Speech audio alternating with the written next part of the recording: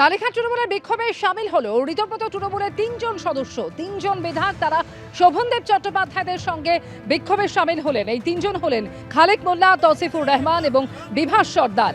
এদের মধ্যে তৌসিফুর রহমান বলছেন, আমাদের তো বলাই হয়েছিল দলের নেত্রী মমতা বন্দ্যোপাধ্যায় কালীঘাট তৃণমূলের বিক্ষোভে যোগ দিয়ে এমনই দাবি তৌসিফুর রহমানের।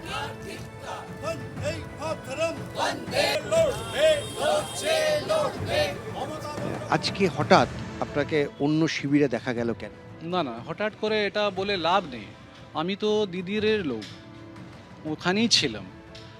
আমাকে বলা হয়েছিল কি দিদি এখানে থাকবেন, আপনি দিদির সাথেই থাকবেন, দিদি ছাড়া যাবে না। আমি এটাই ওয়েট করছিলাম, বলছি আমি দিদির সাথে আছি। এটা কোন দল, এটা দল আমি জানি না। আমি বসিরহাট উত্তর জিতেছি, আমি 500 ভোট পাবো না ওখান থেকে। আমি দিদির ছবি নিয়ে জিতেছি। কে কি করছে ওটা আমার দেখার নেই। আমার একটাই মন্তব্য আছে, বক্তব্য আছে, আমি দিদির কাছে ছিলাম, দিদির কাছে আছি। আমি কিন্তু I am zero without Mamata Bandyopadhyay. Last August 2025 আমি কি জানতাম আমি এমএলএ হব? আমি জানতাম না। এই সুযোগটা কে দিয়েছে?